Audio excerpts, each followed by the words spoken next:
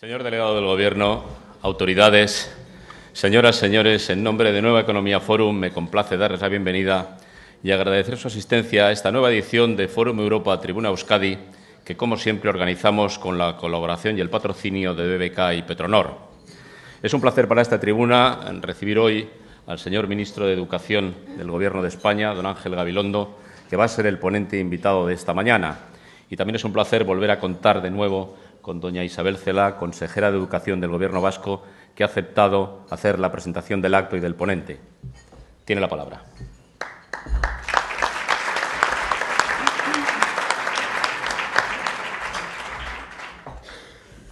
Egun on guztioi, posten naiz zuekin egoteaz. Atsegin zait Espainiako hezkuntzako ministroa, hain zuzen ere, gaur hemen zuen aurrean aurkeztea. Ángel Gabilondo donostiarra denez, etxekoa dugu, eta etxean bezala sentitzea nahi nuke. Le conocí una tarde de calor sofocante en Alcalá 34. El ministro salió afablemente a saludarme a la puerta de su despacho y pronto me encontré en casa. El ministro casualmente reía como el tío segundo, un hermano muy querido de mi padre, y era como si le conociera desde siempre, tanto que tuve que hacer un esfuerzo para trasladarme desde el caserío familiar al Ministerio de Educación. De manera inevitable, fui conducida a aquel sofá abullonado en exceso que ya conocía de anteriores estancias con la ministra Sansegundo y más recientemente con la ministra Cabrera. Sentada, volví a sentirme como Bridget Jones y no pude evitar hacer un comentario con el que el ministro simpatizó de inmediato. Él había preparado la entrevista cuidadosamente, lo que apuntaba a un carácter abierto al interlocutor y a sus intereses. Tenía apiladas algunas evidencias de las políticas que yo venía poniendo en marcha: el trilingüismo, la convivencia, la importancia de los acuerdos. Así que casi como en un Fray Luis de León del, como decíamos ayer, entramos rápidamente en materia. La conveniencia de no desvincular la investigación de la universidad, lo significativo de disponer de un sistema educativo sustentado en una filosofía básicamente acordada entre diferentes, la necesidad perentoria de impulsar el inglés en las aulas, la tranquilidad traída a Euskadi por el nuevo Gobierno. El ministro jugaba al escondite con las palabras, las buscaba y tras encontrarlas las estiraba cuidadosamente hasta escurrir todo su significado. Lo verán ustedes hoy aquí también. Ángel Gabilondo es donostiarra y nada del País Vasco le es ajeno.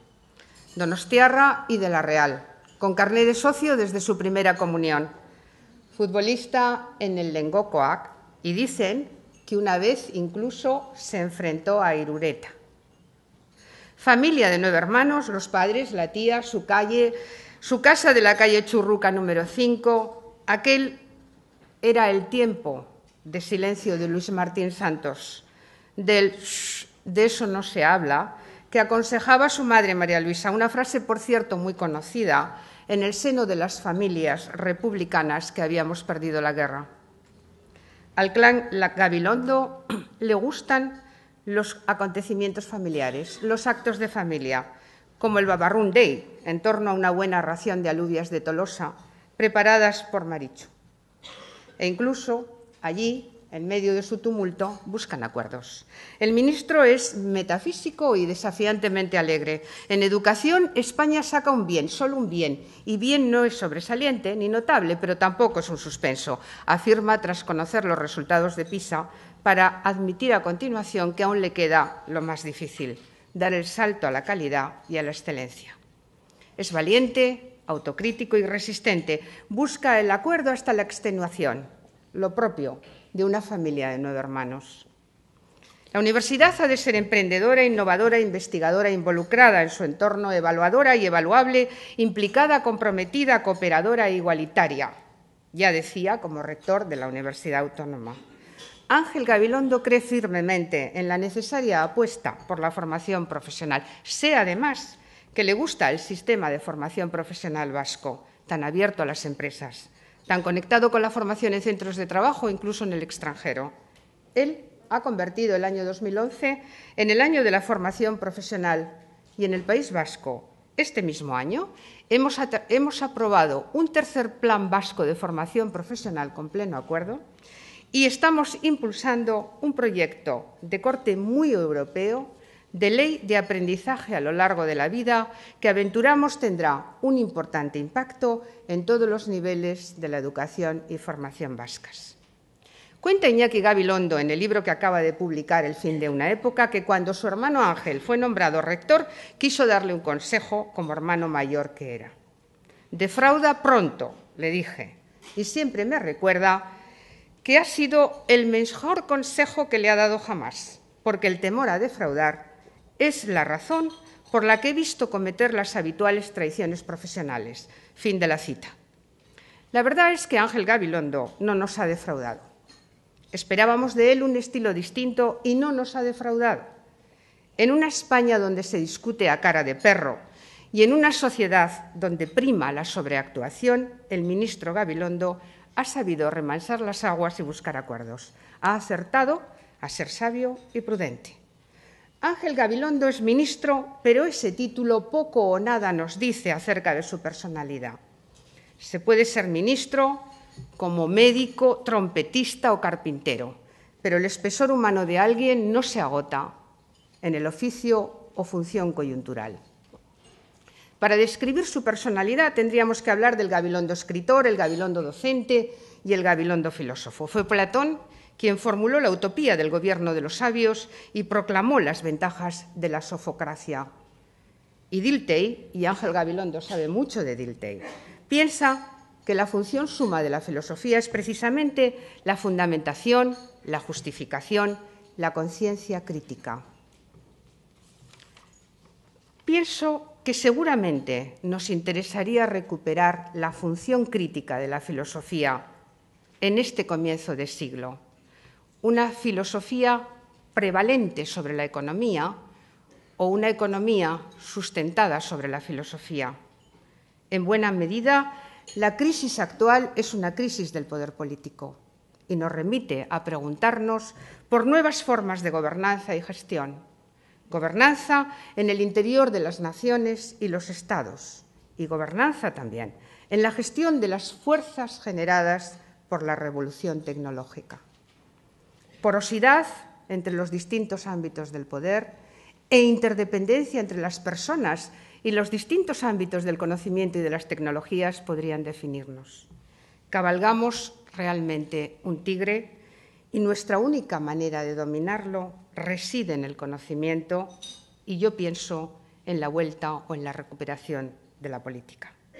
La historia de la humanidad siempre lo ha sido, un itinerario en el que los descubrimientos técnicos han jalonado el progreso. Cada invención ha revertido en la mejora del género humano. La economía siempre ha sabido digerir o absorber los excedentes que las innovaciones técnicas provocaban. Hoy, sin embargo, la economía parece incapaz de gestionar las consecuencias de la última revolución tecnológica. A la hora de buscar la solución a los nuevos problemas, todos interpelan a la política, pero se da la paradoja de que la política es más cuestionada que nunca. Necesitamos pensar. Necesitamos de la filosofía en la política. Y por eso yo creo que el ministro Gabilondo es un político pertinente. Sabemos, además, que la sabiduría comienza en el instante en el que reconocemos nuestra ignorancia. La sabiduría ha de ser, por fuerza, humilde. La humildad del sabio se fundamenta precisamente en la conciencia de su radical ignorancia. Y se nos han acabado las evidencias ideológicas y se impone la humildad como virtud para gestionar nuestras ignorancias. No es un escenario, muy heroico, lo reconozco. Pero la hora que nos toca vivir vuelve a interpelarnos sobre las preguntas fundamentales. Es la hora de la reflexión, pero sobre todo es la hora de la política honesta, que organiza la convivencia y prevalece sobre cualesquiera otros intereses.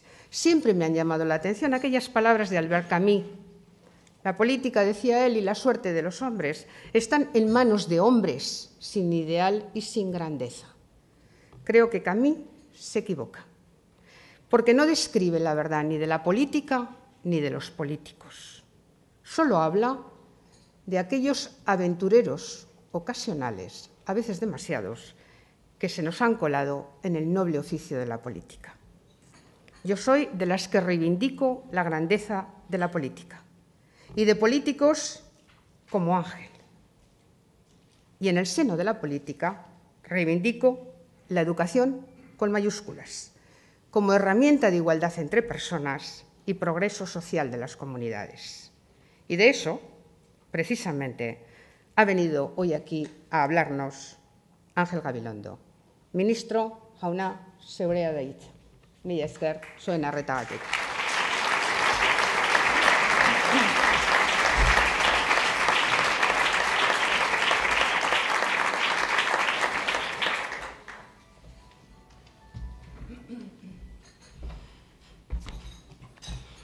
Buenos días, muchísimas gracias a Nueva Economía Forum por convocarme y muchísimas gracias a ustedes por estar aquí. Es una verdadera alegría, ¿no? También para mí una sorpresa también que tan temprano estén aquí esperando unas palabras. Yo se lo agradezco de verdad. Y además les agradezco no solo su presencia hoy, sino su presencia siempre, su presencia tan necesaria y tan activa. Así que, consejera, muchísimas gracias, señor delegado también, los rectores, la presidenta del Consejo Escolar, tantas autoridades, tantas personas que representan a la sociedad activa y viva. Bueno, le quería decir a Isabel Celaá que el sofá ya es otro en mi despacho, que es un sofá que estaba en otro lugar del ministerio, porque están los presupuestos para comprar, no es que lo haya cambiado, lo he movido de sitio. Es un sofá menos mullido, no son tiempos de mullirse, son tiempos de erguirse, así que tenemos un sofá rígido, si vuelve notará la diferencia, pero también espero que se sienta en casa. Yo agradezco sus palabras, cuando en euskera me ha recordado también que me siento en casa, que soy de casa. Sí, aquí es donde nací, aquí es donde crecí.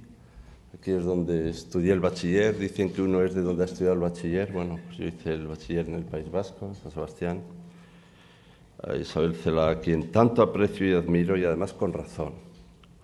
A veces pasan esas cosas sin razón. Yo creo que el acuerdo no solo es el mejor camino, sino que es el único camino, el único camino. Se pueden hacer muchas cosas, uno puede estar en política enredando y entreteniéndose y moviendo las cosas de sitio. No, sí, actividades se pueden hacer muchas, hay gente que hace mucha actividad, pero la única acción es siempre el acuerdo. Lo único que de verdad modifica o transforma la realidad es a través del acuerdo. Si no pueden lograr un acuerdo, pues entreténganse con alguna actividad. Quizás se ha hablado muchas veces de educación, aunque no estoy muy seguro de que se haya hablado mucho de educación. Creo que ahora sí se habla con frecuencia de educación, o al menos a mí, desde mi actual ocupación, me parece que ocurre eso, pero igual lo que pasa es que cada vez que oigo la palabra educación pongo el oído. Pero en todo caso considero que hemos tomado conciencia colectiva de que ella es nuestra justa posibilidad. Además, los momentos de crisis económica, financiera, monetaria, de confianza de valores, casi instan a atender la educación. Pensamos en lo que hemos logrado, en cómo podríamos mejorarla. Nunca está uno plenamente educado. El que dice yo ya estoy absolutamente educado, al menos sabemos una cosa, que es que no lo está. Y nos damos cuenta de la importancia de la educación que nos dieron o nos dimos, y que es el mejor legado que podemos dejar a quienes queremos. También recurrimos esperanzados a la educación como una herramienta de política económica, nuestra verdadera plataforma de proyección personal y social. La educación es la mejor política social y es la mejor política económica. Si a ustedes se les ocurre alguna otra, tendría mucho interés que en nuestra conversación posterior me dijeran cuál es. una visión amplia de la educación. Claro, cuando hablamos de la educación estamos hablando también de la ciencia, de la investigación, de la innovación. Pero si no ese es el camino, yo tengo mucha curiosidad en saber cuál es. Recordamos que la educación es la que más ha hecho por la igualdad material en nuestro país, por reducir las barreras de la clase social, de territorio y de otras circunstancias que desde nuestro nacimiento también nos condicionaban. Y por eso la mayor de las exclusiones es la exclusión del conocimiento. Quien es excluido del conocimiento está excluido de la oportunidad. Pero de luego hay muchos tipos de educación y por eso hablamos de ella. Y yo me refiero a una educación que conecta íntimamente con la reivindicación de lo social, de la comunidad, de la política, como se ha hecho esta mañana, de lo público, del ciudadano. Y también, si se me permite, diré una palabra revolucionaria, que es la palabra fraternidad, una palabra revolucionaria, que decían en voz baja los franceses, ¿no? Salut et fraternité. Y había que decirlo muy bajo porque eso era muy conspiratorio. No sé si hoy sería algo parecido. El pensamiento crítico también, que se desarrolla sin trabas, creador, innovador.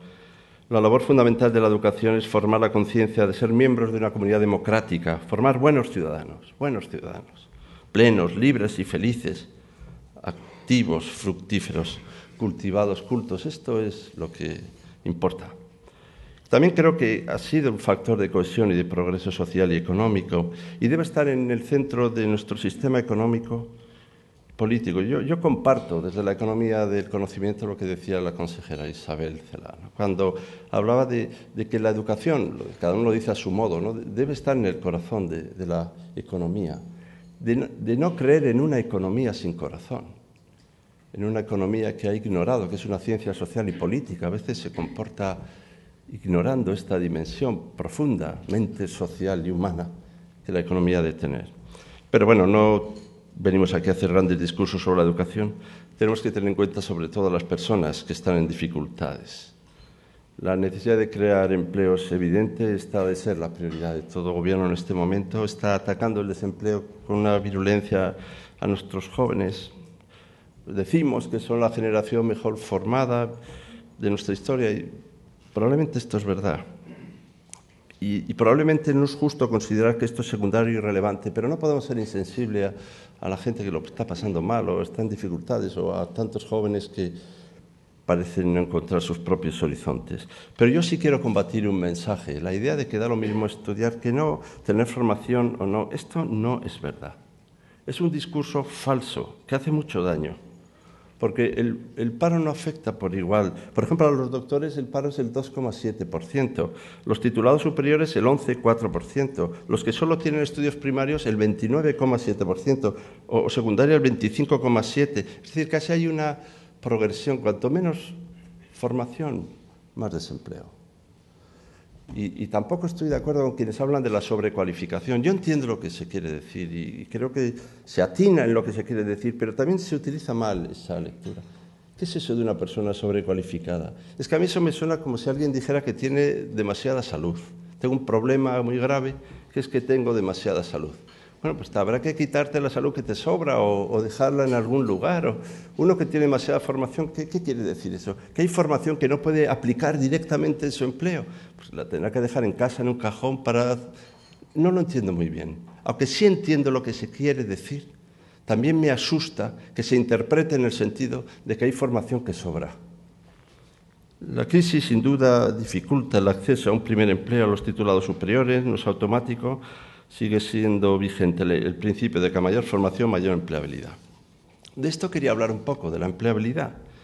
Parecía que era un asunto vinculado a los conocimientos y actitudes que había que recibir en un centro educativo para ver cómo resolver las necesidades inmediatas del entorno. Pues ahora ya sabemos que la empleabilidad es más que el tener un empleo, que es otra cosa. Ahora ya sabemos que es un proceso abierto y continuado, que tiene la capacidad de adaptación desde el primer empleo a necesidades de cada puesto, a desarrollar competencias claves para el éxito profesional y laboral.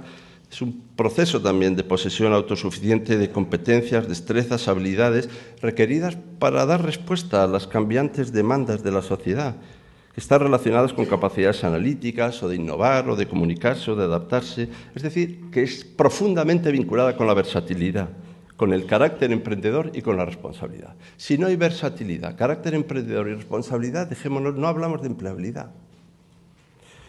Y también me ha gustado oír, en fin, a Isabel cuando reivindicaba una cierta duda, ¿no? Vivimos en tiempos en los que no vamos a vivir con certezas, no vamos a vivir. Y tenemos que tomar decisiones en tiempos complejos donde no son tan claras estas certezas. Pero a mí siempre me han preocupado quienes no dudan, quienes se lo saben ya todo de antemano, y además se lo saben mejor que los demás, claro.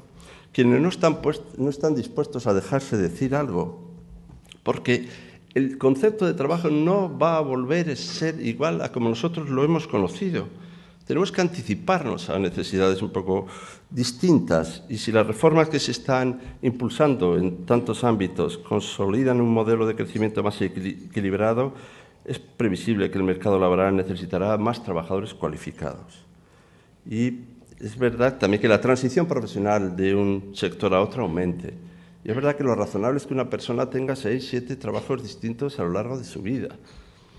Y el conocimiento tiene que dar respuesta a esta situación, a las demandas sociales. Esto es responsabilidad, dar respuesta, responder, ser responsable. Y a pesar de la actual situación económica, lo que está claro es que va a aumentar la demanda de trabajadores muy cualificados y que tengan una formación más flexible y que tengan competencias para todos los niveles ocupacionales, transversales, capacidades analíticas, de resolución de problemas, de aptitudes comunicativas, de conocimientos tecnológicos, de conocimientos lingüísticos. Yo recuerdo un chico muy valioso de la universidad en la que yo estaba, que fue a una empresa, y yo le pregunté a la persona que trabajaba con él, ¿qué tal te ha ido? ¿Y cómo le va? Y dijo, no sé. ¿Y qué opina? Y dice, no sé, no dice nada. Él es muy callado. Esto que antes se llamaba discreción, ahora se llama incompetencia. Es decir, es imprescindible en un contexto hacer valer las razones, luchar por ellas, decir lo que uno piensa, trabajar junto a otros, formar equipos, comunicarse, arriesgarse, poner en valor lo que uno cree. Y yo creo que la demanda en Europa, esta demanda de puestos cualificados, está claramente señalado en la comunicación de la Comisión Europea cuando se habla de nuevas capacidades para nuevos empleos que tenemos que mirar. Y tenemos que mejorar el rendimiento académico, sin duda, pero también la movilidad de profesores, de estudiantes, la internacionalización, el conocimiento de lenguas extranjeras. Tenemos tantas cosas que hacer que algunos no entienden que conocimientos, competencias y valores tienen que ir juntos. A veces hacemos debates sobre esto. Yo suelo decir que Ortega y Gasset no son 3, es 1. Y que conocimientos, competencias y valores no son 3 tampoco. Y por eso no creo en los conocimientos que no vayan unidos a los valores, me parecen peligrosos. Y por tanto, esta vinculación interna me hace pensar que a veces nos confundimos cuando creemos que aprender es transmitirse más conocimientos, o que la pura adquisición de conocimientos nos da ya competencias o valores para la sociedad. Y el pensamiento crítico en una sociedad democrática, eso es calidad de buen profesional. Y por eso la función de la educación no solo instruir dóciles empleados, sino formar ciudadanos activos y libres, con capacidad también de cambio y de adaptabilidad. Y además integrado en una comunidad. Y las empresas necesitan buenos profesionales, versátiles, con capacidades, hemos dicho, analíticas y actitudes comunicativas, pero también el sistema educativo necesita que los emprendedores, que los empresarios, las empresas se involucren. Basta ya de tópicos, dejémonos de mirar con reticencias. Hemos visto que cuando trabajamos juntos somos capaces de hacer algo. Si estamos todo el día diciendo es que las universidades son endogámicas, solo buscan su propio lucimiento, o las empresas son depredadoras, solo buscan su propio enriquecimiento, dejémonos de tópicos. Sentémonos juntos, que es lo que hacemos cada vez más, y veremos cómo tenemos objetivos que compartir si anteponemos el interés de los ciudadanos y el interés del país a tantos tópicos, clichés y estereotipos que a veces queremos defender.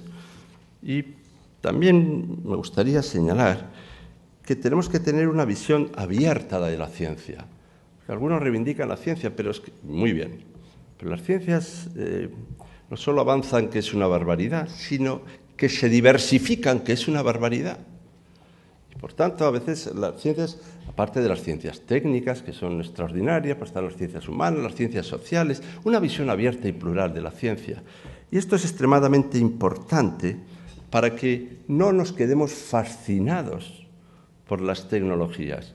Desde luego que viva la tecnología, que viva la técnica, pero ojito con la tecnocracia. Es decir, con la pérdida de una serie de valores que anteponen también el rendimiento, también al cultivo y al crecimiento de la sociedad en todas las dimensiones. Bueno, lo que sí sabemos es hoy que la empleabilidad está estrechamente ligada al aprendizaje permanente, al fomento del espíritu emprendedor. Y hoy hablo desde un concepto, que es el concepto de la educación como bien público. Y he dicho alguna vez, y me parece que es importante que recordemos qué quiere decir bien público. ¿Qué quiere decir público? Y yo voy a decir qué tres cosas no quiere decir público. Público no quiere decir gratis. Esto es lo primero que es muy interesante saberlo. Por eso, cuando hablamos de que las matrículas, como la educación es un bien público, público quiere decir que lo paga alguien. Y suelen ser todos los ciudadanos. Todos los ciudadanos y todas las ciudadanas. De tal manera que cada vez que un individuo paga menos matrícula, pagan más los ciudadanos, algunos de los cuales no pueden ir a la universidad. Y no estoy hablando de que subamos tasas. Estoy diciendo que público no quiere decir gratis. Público no quiere decir del gobierno. Público quiere decir de la sociedad. Y público no quiere decir que no es de nadie, porque esto también es muy nuestro, ¿no? Como es público, pues no es de nadie. Público quiere decir de todos y de cada uno, y de todas y de cada una. Y si tenemos esta idea de lo público, pues hay que trabajar. Hay que trabajar seriamente por aquello que más nos pertenece. Nosotros estamos haciendo un plan director de empleabilidad universitaria con 4 ejes: la formación especializada, la movilidad, el emprendimiento, la orientación académica y profesional. Y estamos impulsando un Real Decreto de Prácticas Universitarias para señalar que este es un complemento indispensable para la empleabilidad de los estudiantes. No es que se trate solo de poner en práctica lo que uno ha aprendido, es que hay cosas que solo se aprenden en la práctica. Es decir, hay cosas que solo se aprenden en el ejercicio de esa actividad. Y por eso estamos promoviendo la estancia en empresas e instituciones que formen parte del tejido productivo. Y esta relación entre universidad y emprendedores forma parte de los objetivos de la Estrategia Universidad 2015 y tenemos que ir hacia la sociedad del conocimiento con un esfuerzo de todos en esta demanda de la empleabilidad, que es la prioridad actual determinante. Pero como he dicho, hay cosas que solo se aprenden en el ejercicio de la actividad profesional y hay algunos que todo lo que saben lo han aprendido así. Y lo han aprendido así y no tienen otra cualificación que es la competencia que han adquirido. Hay muchos modos de aprender. Y aquellos que lo han aprendido en la actividad profesional dicen que entre 25 y 55 años casi el 50% de las personas no tienen tampoco especial titulación y están haciendo una actividad profesional. Bueno, primero que quiero decir es que en España la titulación de edad terciaria o la titulación terciaria en estudios terciarios en España está muy bien respecto a la Unión Europea. Estamos en torno a un 40%, tiene una titulación superior o universitaria. No sé si es nuestro problema. Pero sí quiero señalar que hay muchos que no tienen titulación también, ya estamos hablando de un 50%, y que nosotros queremos reconocer las capacidades y competencias adquiridas informalmente a través de la experiencia laboral. Y trabajando con el Ministerio de Migración, Trabajo y Migración, el 6 de mayo acordamos en el Consejo de Ministros distribuir 20 millones de euros para que las comunidades autónomas realicen convocatorias para acreditar a 50.000 personas en los ámbitos profesionales relacionados con la educación infantil, la dependencia, la hostelería y el turismo, la reparación y el mantenimiento de vehículos. El País Vasco ya ha iniciado su convocatoria en las ramas de confección, mantenimiento de artes y aparejos y transporte sanitario. Lo que queremos también es reivindicar los oficios, las profesiones, reconocer las condiciones y las capacidades También tiene el carácter de un reconocimiento de la dignidad personal, de la responsabilidad profesional, y también permite decir con qué complemento de formación uno puede proseguir, quizá hasta lograr un título. No se trata de repartir títulos, sino de acreditar competencias y de señalar en qué direcciones se puede proseguir. Para la versatilidad y la empleabilidad, cada día es más importante el conocimiento de idiomas, para abrirnos al otro también, para pensar más pluralmente y para ser más competitivos. Este es un hándicap muy serio de nuestra competitividad, muy serio. Y esto adquiere singular relevancia en comunidades bilingües. Es curioso que Europa señala que el hecho de que una comunidad sea bilingüe es un gran valor. Pues nosotros acabamos en algunos ámbitos haciéndolo vivir como si fuera un problema. A mí me parece una enorme oportunidad. Y es difícil entender la necesidad de algunos que tienen de usar unas lenguas contra otras, como si las lenguas fueran un arma arrojadiza, como si una lengua se defendiera combatiendo otra. Las lenguas no se combaten así. Yo recuerdo hermosamente cuando Muñoz Molina, en un congreso de la lengua en Medellín, decía, no, el enemigo del español no es el inglés, el enemigo del español es la pobreza. Y yo diría la pobreza a veces moral y espiritual que tenemos con determinadas lenguas. Al contrario, la lengua siempre es convivencia. Así que yo quería aquí expresamente mostrar y reconocer y dar todo el apoyo al modelo educativo multilingüe vasco, solo por el respeto al euskera como lengua oficial, que es el respeto a la tierra, al Estatuto de Autonomía y a la Constitución, sino por la convicción de las posibilidades que las lenguas nos dan para abrirnos al mundo, para comunicarnos, para dialogar, este legado cultural y factor de identidad. Desde el respeto, el afecto y el conocimiento de la lengua materna. Eso también lo digo a veces porque tenemos mucha fascinación en aprender inglés, cosa que me parece extraordinaria, pero tampoco estará mal que sepamos un poco castellano o euskera. Es decir, toda lengua se sustenta en el amor, el conocimiento, la profundización de la lengua materna. Y también hay que dar la bienvenida a las medidas que amplían el horizonte lingüístico de los estudiantes, como la aplicación del modelo trilingüe a algunos centros del FP del País Vasco. Estoy seguro que esto supondrá, además de otros valores, una mejora de la empleabilidad. Compartimos la misma preocupación.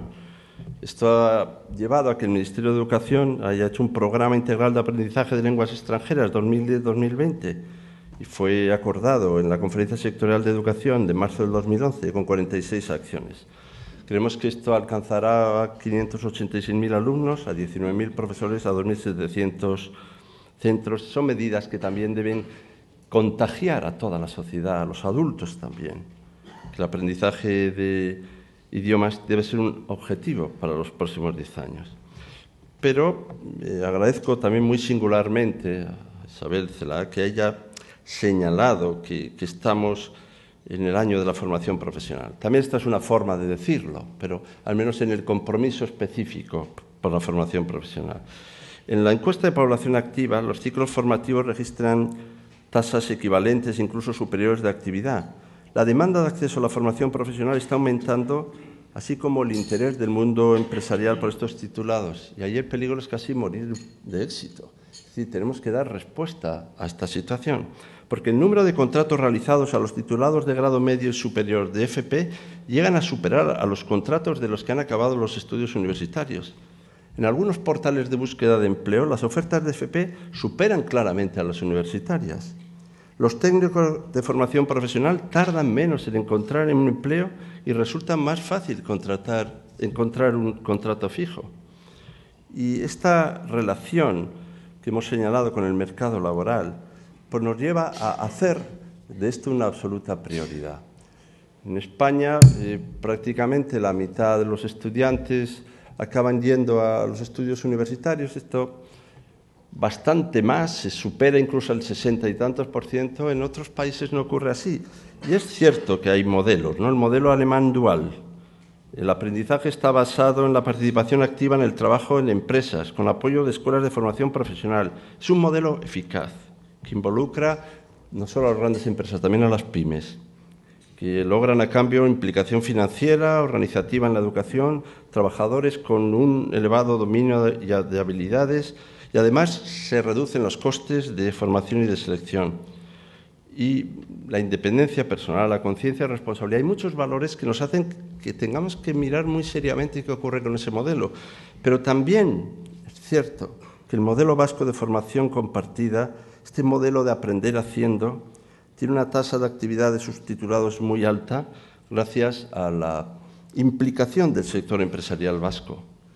Y yo también celebro este nuevo tercer Plan Vasco de FP 2011-2013. Estoy seguro que va a contribuir y va a ser una herramienta determinante para el crecimiento y la actividad.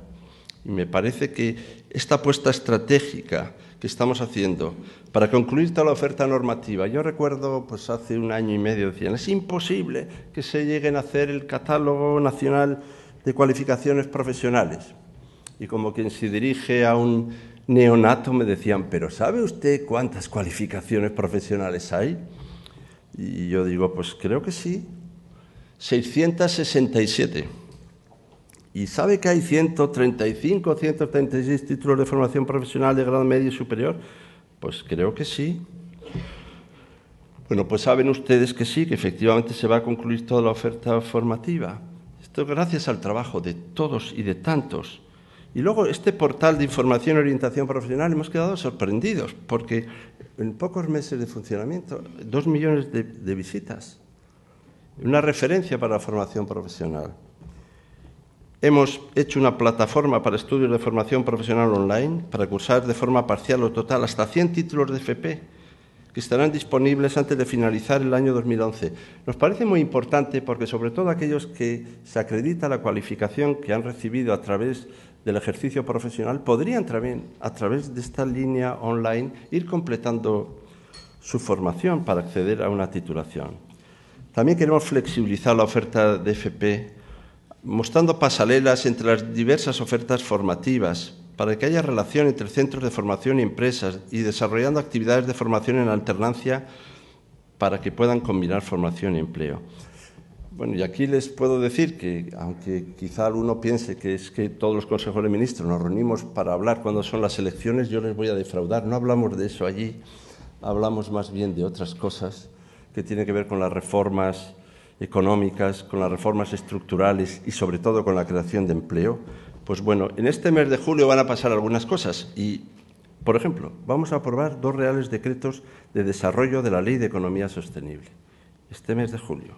Un decreto para reforzar el carácter orientador de cuarto de la ESO, como decía la reforma que se ha hecho en la Ley de Economía Sostenible. Los PCEPIs, programas de iniciación, ¿no?, de incorporación también, y el certificado de competencias básicas para los alumnos que finalizan eso sin el título de graduado. Esto también es interesante, no hay mucho tiempo de hacerlo ver, pero en algunos países lo que uno recibe sobre todo es una acreditación de los años que ha estado estudiando y qué competencias ha adquirido, no exactamente un título. Y esto permite que a la hora de cuantificar los abandonos y los fracasos se hace de otro modo. También vamos a hacer otro Real Decreto este mismo mes para ordenar la formación profesional, para establecer las pasarelas entre los diversos niveles y etapas, incrementando las vías de relación entre los centros de FP y las empresas. Y en octubre, un Real Decreto de reconocimiento recíproco de créditos entre las diferentes enseñanzas de educación superior, es decir, universidad, FP superior, enseñanzas artísticas, deportivas, para que los créditos puedan reconocerse de un lugar a otro. Trabajamos en la reforma de la formación profesional para dar respuesta a demandas crecientes y en los últimos años ha habido casi un incremento del 30%. Todos hacemos un esfuerzo inversor, especialmente en los ciclos de grado medio hay que aumentar el número de plazas y en los de cualificación profesional inicial. Están destinados estos a integrar en la FP a jóvenes que abandonaron sus estudios a cambio de muchas veces de trabajos poco cualificados. Y hay aquí unos 80.000 estudiantes. Y las comunidades autónomas son determinantes para planificar y organizar esta oferta porque hay que hacer un mapa de la oferta de formación profesional. Y no basta con incrementar la oferta de FP, hay que mejorar también su calidad. Y por eso hemos hecho una convocatoria, por primera vez. Y estamos sorprendidos, agradecidos de la respuesta. Una convocatoria de proyectos de innovación en el ámbito de la formación profesional, donde había que hacer proyectos agregando centros y había que vincularlo también con otras instancias o instituciones. Bueno, pues ha habido una presentación extraordinaria de proyectos. Prácticamente casi todos los centros, todas las comunidades han respondido a esto.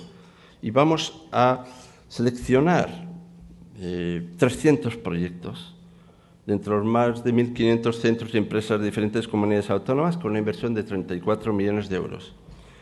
No se puede dejar de mencionar, este es un asunto complejo, pero no se puede dejar de mencionar la reforma de las políticas activas de empleo, buscar un sistema basado en itinerarios individuales y personalizados para los colectivos y jóvenes que necesitan más formación en tiempos de crisis económica.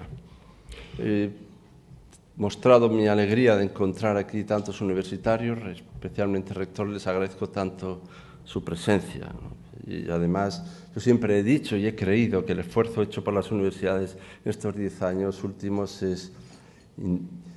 no se puede ni reconocer todavía, ¿no? Pero ha sido extraordinario, extraordinario. Alguien lo tendrá que decir alguna vez. Lo único que a veces hablamos de las universidades es que no hay ninguna en el ranking. Primero, bueno, pues muy bien.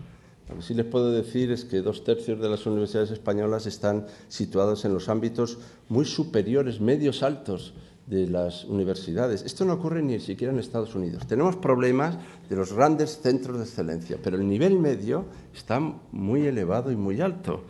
Bueno, no sé, no es el día de venir a poner nota, ¿verdad?, a las universidades, pero sí quiero decir que ha sido un factor determinante de la renovación social y tecnológica y del desarrollo económico y que tienen un impacto en todo el sistema institucional y productivo, una influencia tan grande que yo creo que la universidad ha sido y es tan importante en el País Vasco y casi diría que el País Vasco también será lo que sea su universidad y al revés.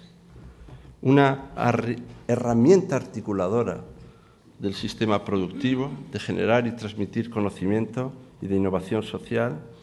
Y si uno recoge las 9 regiones del mundo que mayor éxito han tenido, más riqueza, más desarrollo, en su entorno siempre han tenido una gran universidad de referencia. Ninguna región del mundo se ha desarrollado contundentemente y establemente sin una gran universidad de referencia.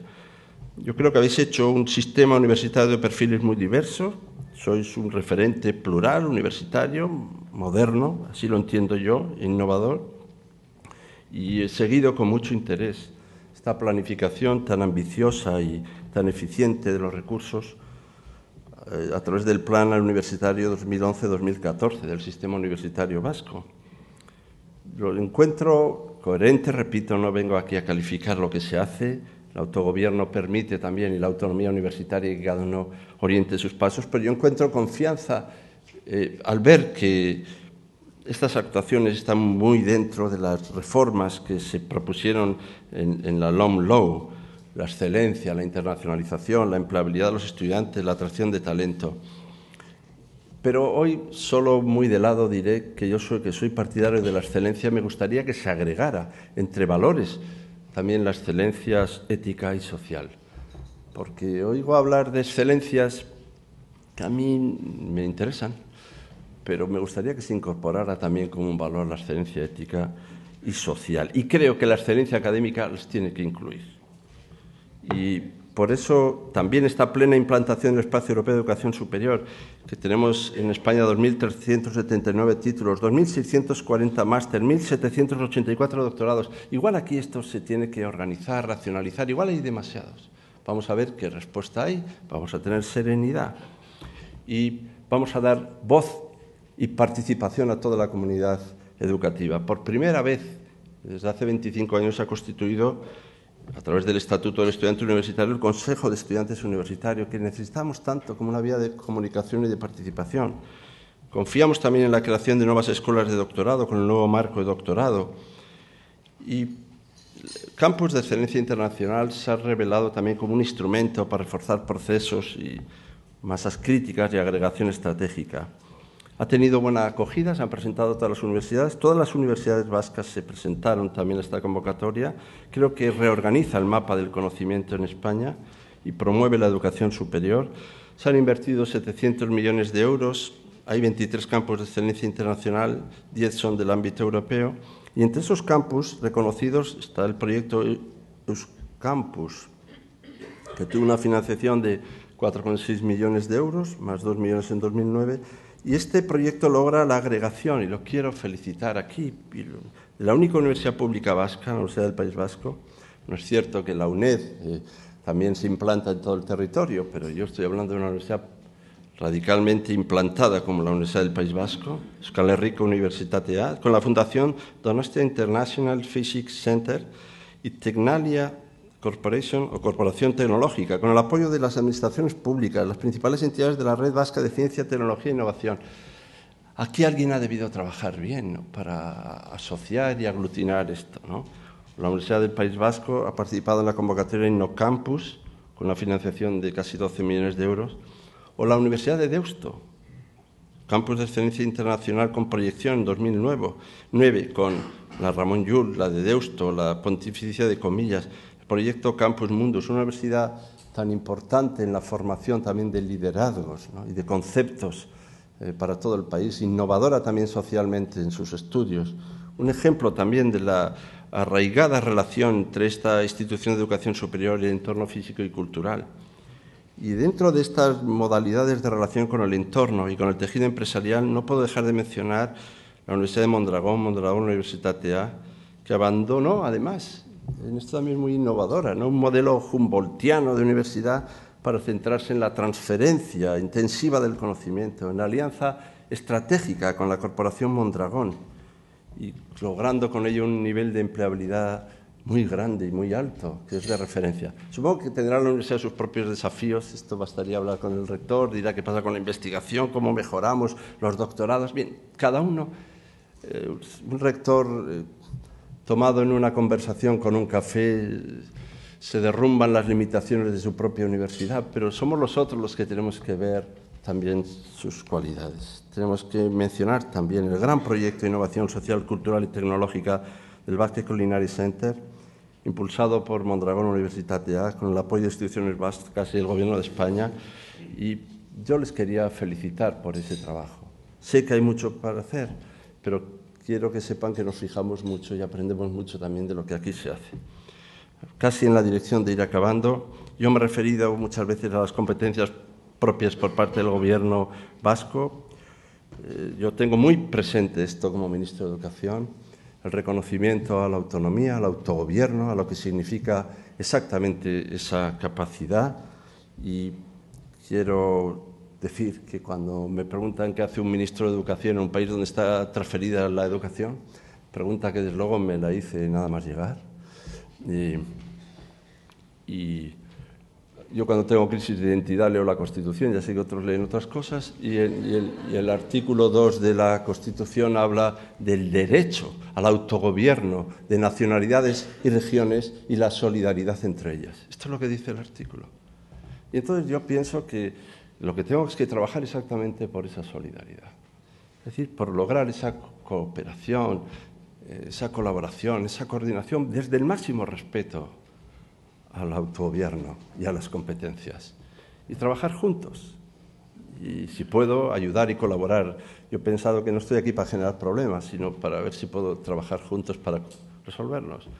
Y en esa línea sí puedo decir que el otro día en el debate del Estado de la Nación, pues alguna diputada del grupo mixto, pues parece que reivindicaba una reestructuración de estas competencias.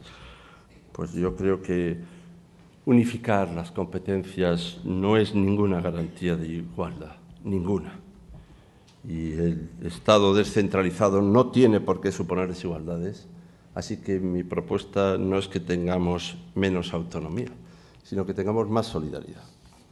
Y se dice que estamos en crisis, bueno, crisis económica, financiera, de valores, como he dicho, hay muchos debates, también en la calle, ¿no?, sobre si hay que ensanchar los límites de la democracia, sobre si hay que abrir nuevos canales de participación, sobre el sentido de la política, sobre la ética de la política. No debemos ignorar estos debates. Hay que escuchar, hay que aprender, hay que comprender, hay que establecer diálogos profundos, pero también hay que hacerse comprender. Es decir, también hay que comprender es hacerse comprender, hacer valer nuestras buenas razones. El ciudadano es el centro de estos debates Y para hacernos comprender, yo quería hoy aquí reivindicar las instituciones. No creo que la lucha contra los poderes egoístas se logre mejor debilitando instituciones. Necesitamos instituciones justas y fuertes al servicio de los ciudadanos, sin retóricas vacías. Y justas y fuertes quiere decir más democráticas, más participativas. Y se legitiman en el desarrollo de los derechos de los ciudadanos, y por eso el gran enemigo de la democracia siempre será el individualismo y el egoísmo. Nunca la participación, nunca la representación, nunca el parlamentarismo. Así que en la reivindicación de la democracia parlamentaria, representativa, participativa, es como fortaleceremos, como se ha dicho, la democracia se defiende con más democracia. Acabo diciendo que esto necesitará cimientos sólidos, que en España los de 6 a 16 años está todo el mundo escolarizado, universal y gratuitamente, en líneas generales. Este es un espacio. También quiero recordar que de 3 a 6 años todos los niños de España, universal y gratuitamente, tienen educación, de los pocos países del mundo. Que de 3 a 6 años están escolarizados sin que sea obligatorio. Algunos dicen que igual es por eso, pero en todo caso, ahora tenemos el gran desafío de que de 0 a 3 años incrementemos, se ha hecho, ¿no?, pero alcancemos unas tasas mayores. Por otro lado, quería decir que el enemigo siempre es el mismo, siempre. La miseria, la ignorancia y la mentira. Y que yo creo que se combaten con cultura y con educación. Y otro enemigo que anda por ahí rondando últimamente es el pesimismo. Mentes quejumbrosas. No podemos caer, yo he dicho alguna vez, lo comentan, supongo que para criticarlo, pero que el pesimismo es un lujo de ricos, que es un lujo para gente que tiene mucho tiempo libre, pero cuando uno está muy ocupado en su trabajo no se puede permitir.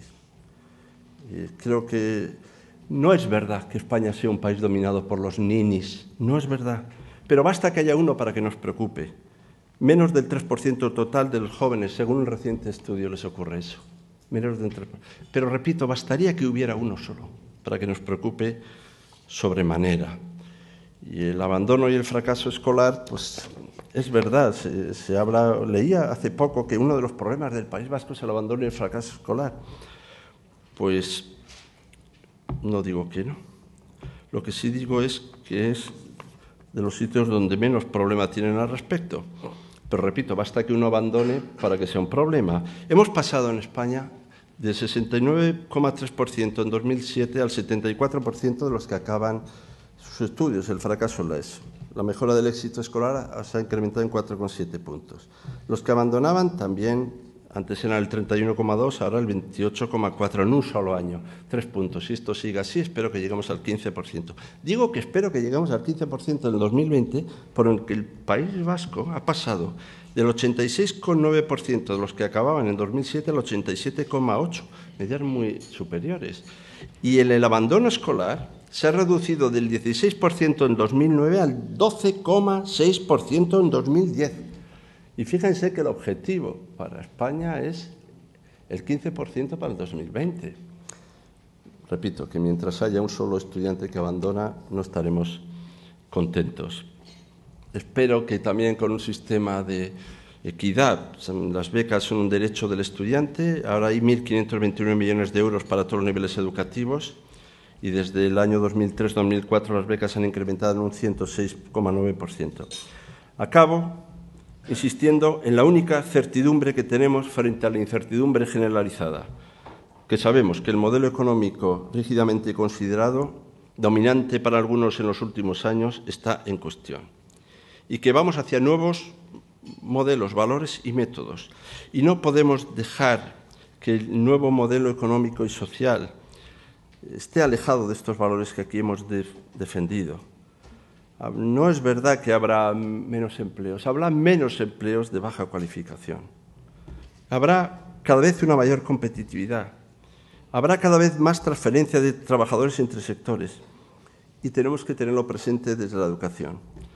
Pero ni se educa solo en horario escolar, y conviene no olvidarlo, ni educa solo la comunidad educativa, hay profesores, padres, madres y estudiantes, ni educa aisladamente nadie, Y es verdad que el afecto y la implicación de toda la comunidad educativa, el reconocimiento del profesor, la autonomía de los centros es determinante, pero yo quiero hacer una declaración modesta sobre nuestro propio papel.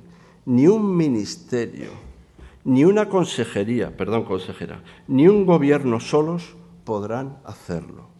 Es cuestión de toda la sociedad. Todos educamos y todos necesitamos educación. Muchas gracias.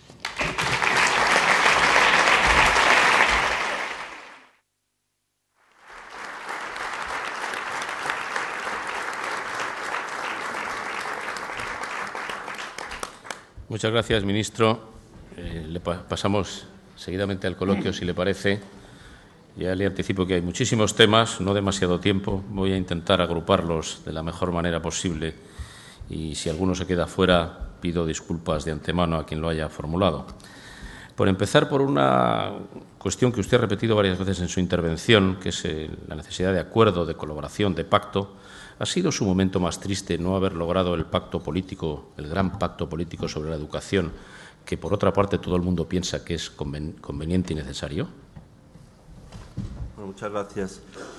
Yo lo llamaba pacto social y político y me gusta recordarlo porque yo creo que hay un pacto social muy claro. La sociedad está pidiendo, demandando que haya un acuerdo educativo, acuerdos educativos, estabilidad normativa y objetivos compartidos. Los objetivos sí los hemos compartido. Creo que hay 12 objetivos educativos que creo que luego también compartimos. También me parece que hay mucho más acuerdo del que se escenifica. Está muy de moda teatralizar diferencias. Que dos personas se pongan de acuerdo casi tienen que explicarse a qué viene eso. Y yo creo que a pesar de todo hemos trabajado en un clima de bastante consenso.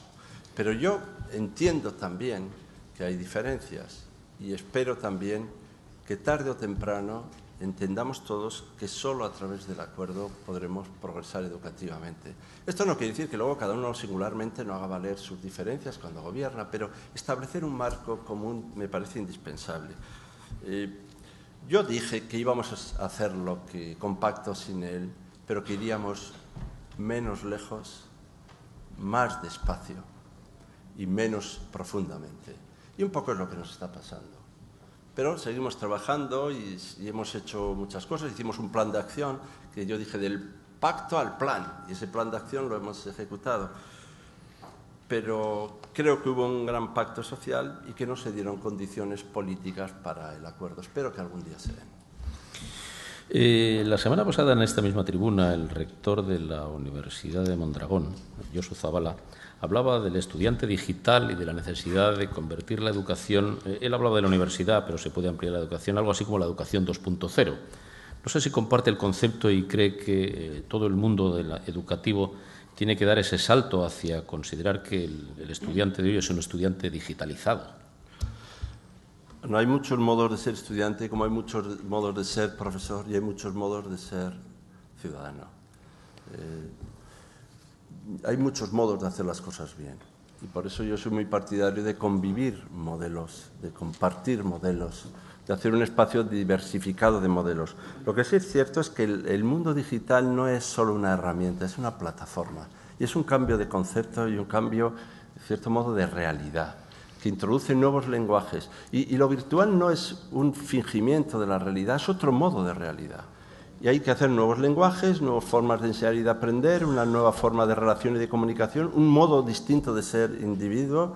Y por eso a mí lo que más me ha gustado de todo el proceso de escuela 2.0 y demás no ha sido, en fin, los 700.000 ordenadores o los 170.000 profesores que se han preparado mejor. No es eso. Sobre todo me ha interesado la gestión y generación de nuevos contenidos, que ha sido extraordinaria, está prácticamente extendida.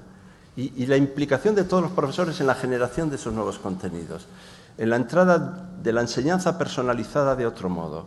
Ahí se abre un camino que me parece extraordinariamente importante y yo que soy gran partidario de la comunicación, espero que este no sea un elemento para provocar seres aislados magníficamente capacitados, porque el aislamiento capacitado es para mí un hierro de madera. Yo solo creo que se está capacitado cuando se está capacitado para trabajar en común. Pero, efectivamente, hay una nueva realidad. Solo pido que se nos deje que conviva con otras. Por ejemplo, a mí me sigue gustando que haya profesores y seguirá habiendo profesores. A mí me sigue gustando que haya libros. Yo sé que ustedes me lo permiten y sé que son compatibles.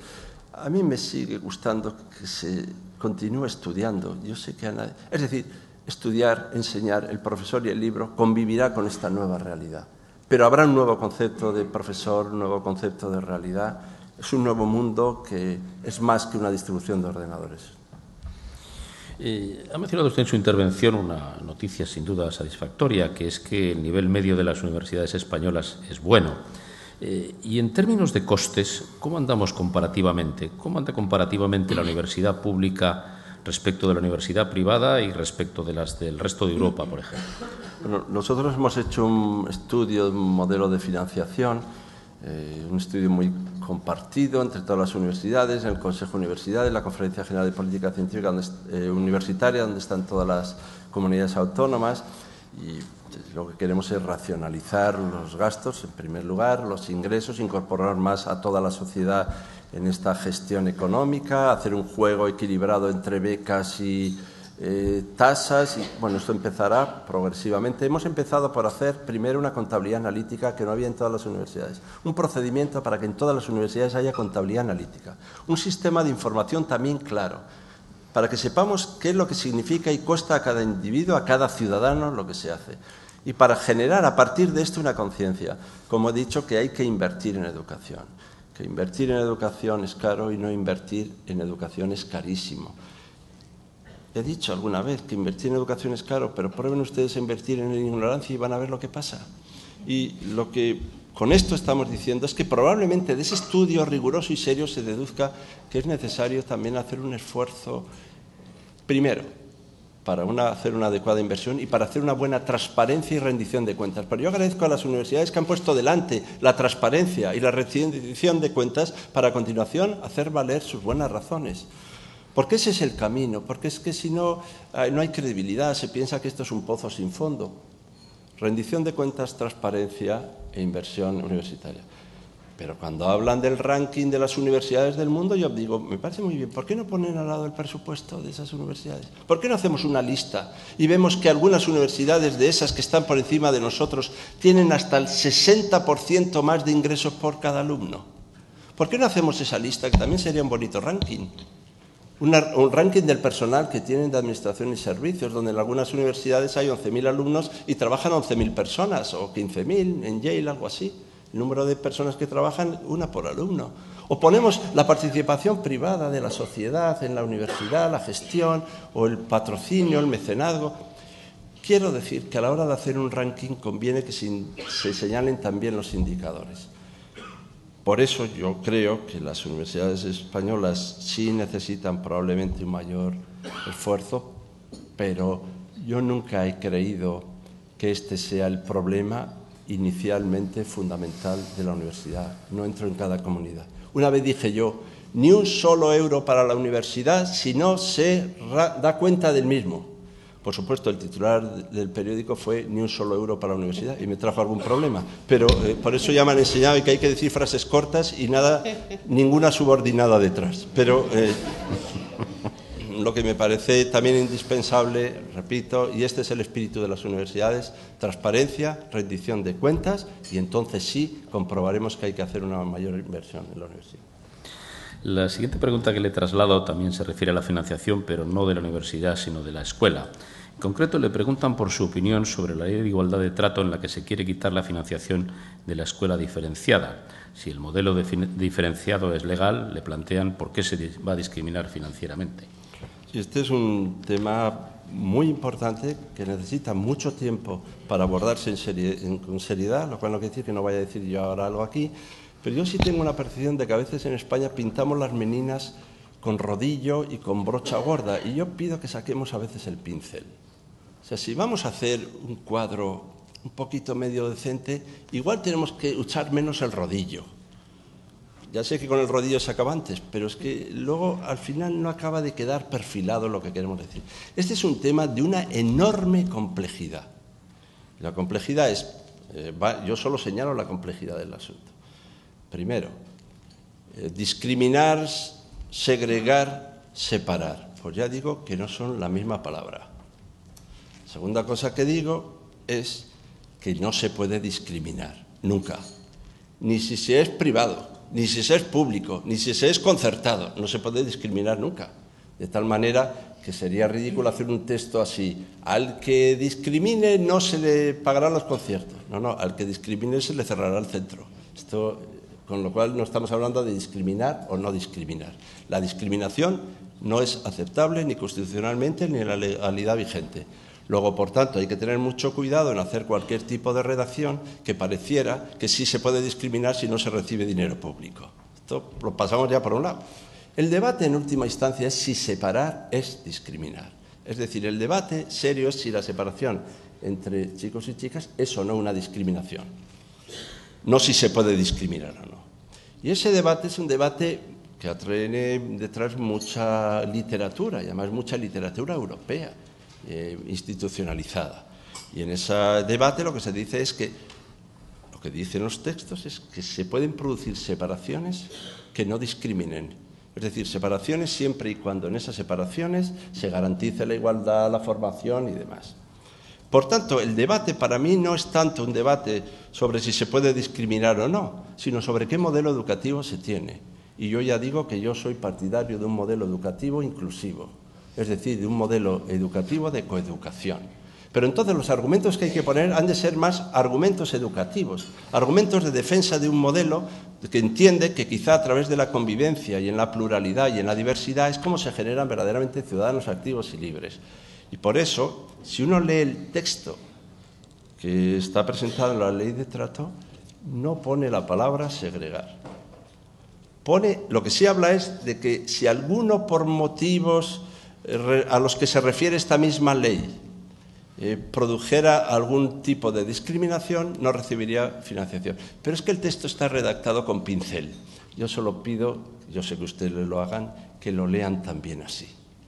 Y verán que el asunto en la sede parlamentaria tendrá objeto de debate. Pero yo ya me estoy oponiendo radicalmente a quienes creen que el debate es si se puede o no discriminar. No se puede discriminar. El debate es si se puede o no separar. Y ahora viene otro debate más interesante, es si con la legislación vigente se puede modificar el estatus que tenemos respecto de si se puede separar o no para los conciertos. Lamento no poder ser más explícito, pero es que necesitaría media mañana para explicarlo. Yo sí quiero decir que yo soy partidario de la educación inclusiva, de la educación en la convivencia y la coeducación, y que creo que esto es lo mejor socialmente. Y es más, yo prefiero que puestos a financiar, se financien a centros que hacen esa política. Pero de ahí no se deduce, en absoluto se deduce, que en la ley de trato, tal como esté redactado el texto, se saquen conclusiones directas sobre la relación entre separar y discriminar. La siguiente pregunta que le traslado se refiere al profesorado.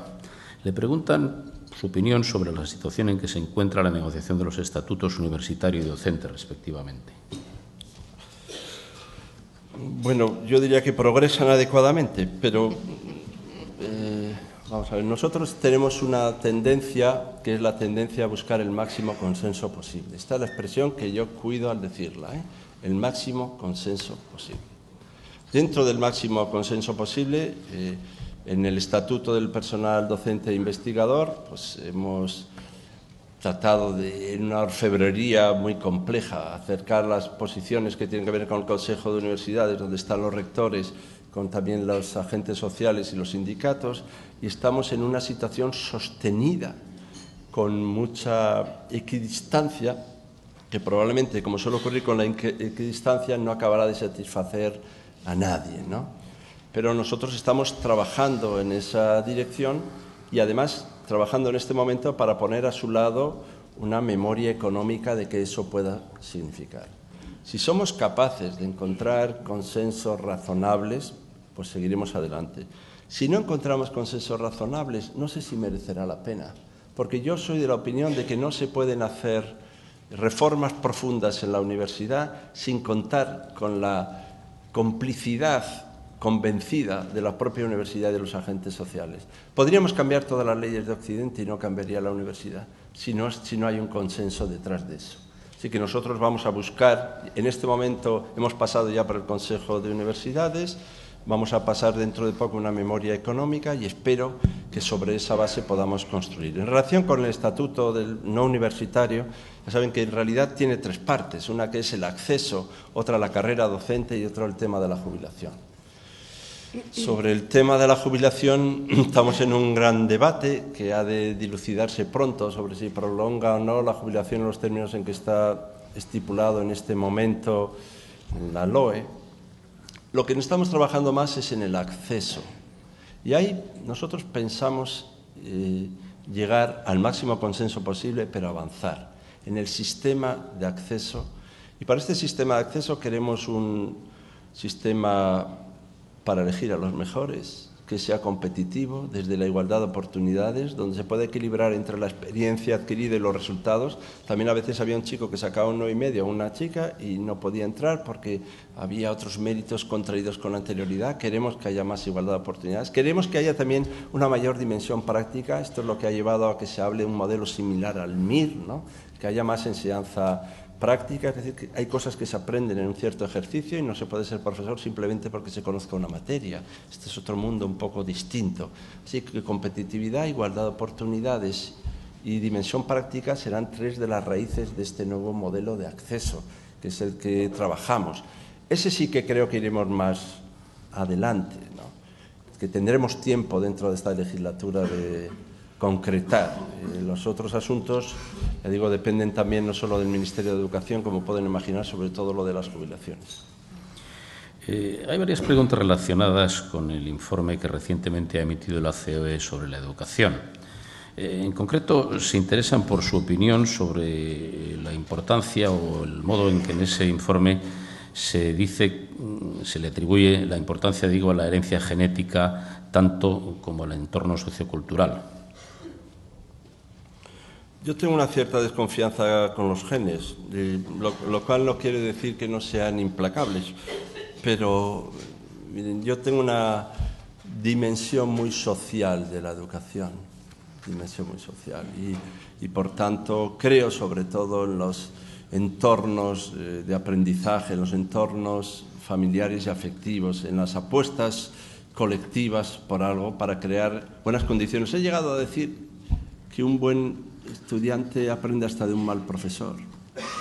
Y yo con esto quiero decir, si habláramos de genes o no genes, que repito, no soy tan ignorante, espero, como para no reconocer que hay condicionantes genéticos, pero yo creo que están tan mediados socialmente, tan mediados también a través de lo que aprendemos y hacemos, que más bien que manipulaciones genéticas, soy partidario de que hagamos manipulaciones sociales. Es decir, que lo que transformemos sea exactamente la sociedad para que en ese contexto podamos avanzar. A mí algunas cosas de ese informe no me gustan y otras incluso me disgustan. Y no hablo de la institución que ha hecho el informe, porque yo respeto, sino de algunas cosas que se dicen en relación también con el papel de las mujeres o la concepción que hay también de las mujeres en relación a las actividades que han de desarrollar. Yo no comparto en absoluto, ¿no? Parece que la plena integración de la mujer desde todos los puntos de vista.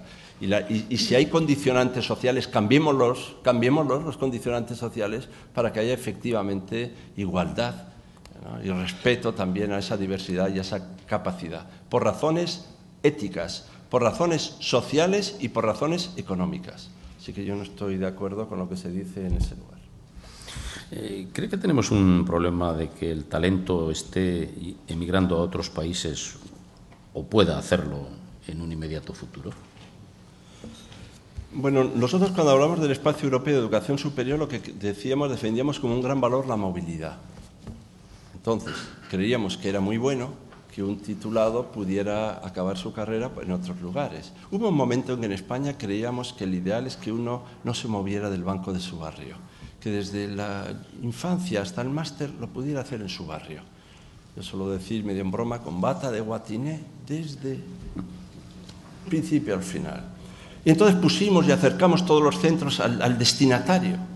Bueno, esta socialización territorial creo que produjo sus bienes, pero ahora yo creo lo que hay que hacer es que cada universidad se diversifique, especialice y tengamos becas que garanticen la movilidad. Para mí la movilidad es un signo determinante de la modernización e internacionalización. Y por tanto, que un estudiante puede ir a otros países, pueda estudiar en otros países, trabajar en otros países, yo sinceramente no lo veo como un problema. Si no, podríamos decir espacio europeo de educación superior, salvo España, que no se mueve ni uno. Yo no soy partidario de esa lectura. Ahora sí me preocupa una cosa. Me preocupa es que no captemos talento, como ha sido dicho, o que no procuremos procesos de retorno. ¿No? Un debate que hacíamos ahora con Alemania sobre si se puede o no, o si deben ir captar talento en un lugar o en otro. Bueno, pues me parece que es interesante, pero también nosotros defendimos el garantizar el retorno de ese talento, porque todos los jóvenes españoles han de sentir, todos los jóvenes vascos, aquí lo diré, que les necesitamos, que nos hacen falta, que no nos sobran, y generar posibilidades para que si hay una salida a otros ámbitos se pueda retornar. Pero para esto lo que hay que hacer es ser verdaderamente competitivos y atractivos y generar esos espacios. Hoy leía un informe en un periódico de Bilbao donde hablaba de la competitividad y hablaba incluso de la posibilidad de que dentro de unos años haya más puestos de trabajo que personas con capacidad para ocuparlos. Pues tendremos que captar talento, atraer talento y convocar talento. Bien, todo lo que sea atracción de talento va bien, todo lo que sea mandar un mensaje, algo así como de que aquí no se mueve nadie, me parece un verdadero error. Le decía que el tiempo se acaba y es la limitación más importante que tienen este tipo de actos, y le voy a trasladar la última pregunta, que en realidad son varias preguntas y que no se dirigen tanto al ministro ni al responsable de educación en estos momentos, sino al donostiarra. Y le preguntan por su opinión sobre los primeros pasos de gestión de Bildu al frente del Ayuntamiento de San Sebastián y de la Diputación de Guipúzcoa. Yo tengo tendencia a pensar en los ciudadanos, es una cosa que me ocurre desde niño y por tanto yo lo miro desde los ciudadanos, no desde la perspectiva política. Es verdad que antes que ministro de Educación me siento miembro de un gobierno y por tanto hablo también desde la responsabilidad de gobierno y agradezco que se me plantee así también las cosas, ¿no? Pero yo creo que primero vamos a respetar las decisiones de los ciudadanos, primero vamos a hacerlo esto con rigor y con seriedad, ¿no? Luego vamos a reconocer también que, por ejemplo, ya que se habla de San Sebastián, Bildu allí en concreto no tiene una mayoría absoluta, sino tiene un número de concejales que exigen el acuerdo y el consenso para operar y decidir. Y, por tanto, lo que tendrá que, en su trabajo, es gestionar políticas de acuerdo y de consenso. Y necesitará también el acuerdo y la complicidad de todos, ¿no? Para poder trabajar. Y yo confío en que haga eso. Confío en que haga eso. Cuando San Sebastián fue elegida como capital cultural 2016, yo me pronuncié diciendo que para mí era una enorme alegría sin fisuras. Y me pronuncié diciendo que confiaba en los ciudadanos y en la ciudad de San Sebastián como una ciudad cosmopolita, internacional, con valores para ser capaces de reivindicar también lo que son. Y por eso, sin restar importancia al gobierno de una ciudad, lo que digo también es que el gobierno es participativo y yo creo en eso, También creo en otra cosa, en que es indispensable una posición determinante y firme en defensa de los valores en los que creemos de convivencia, de la incorporación de las diferencias en una sociedad plural y de lucha activa contra la violencia en todas sus modalidades y, desde luego, una renuncia activa y expresa de la violencia y una necesidad de una petición explícita de la disolución de ETA y el fin de la violencia. Y esto tiene que ser extremadamente contundente. Y este será el paso para decir que yo agradezco alguna moderación que he encontrado, aunque se diga otra cosa en otros medios, la serenidad con la que se emplaza este asunto, pero no habrá tranquilidad y serenidad de verdad hasta que ETA abandone las armas. Y esto es lo que pienso, y por tanto yo no tengo nada que imputar, salvo que se tome firmemente la posición en esa dirección y que confiemos en los ciudadanos. Que confiemos en los ciudadanos vascos y confiemos en los ciudadanos de San Sebastián, en mis donostiarras, nuestros donostiarras. Yo confío en ellos.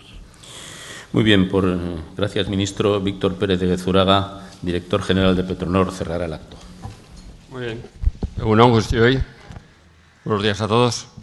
Bueno, agradecer en primer lugar al ministro don Ángel Gabilondo su presencia en esta tribuna, que bueno, ha sido muy ilustrativo porque yo creo, bueno, todos creemos que el tema de la educación es un tema apasionante, realmente apasionante.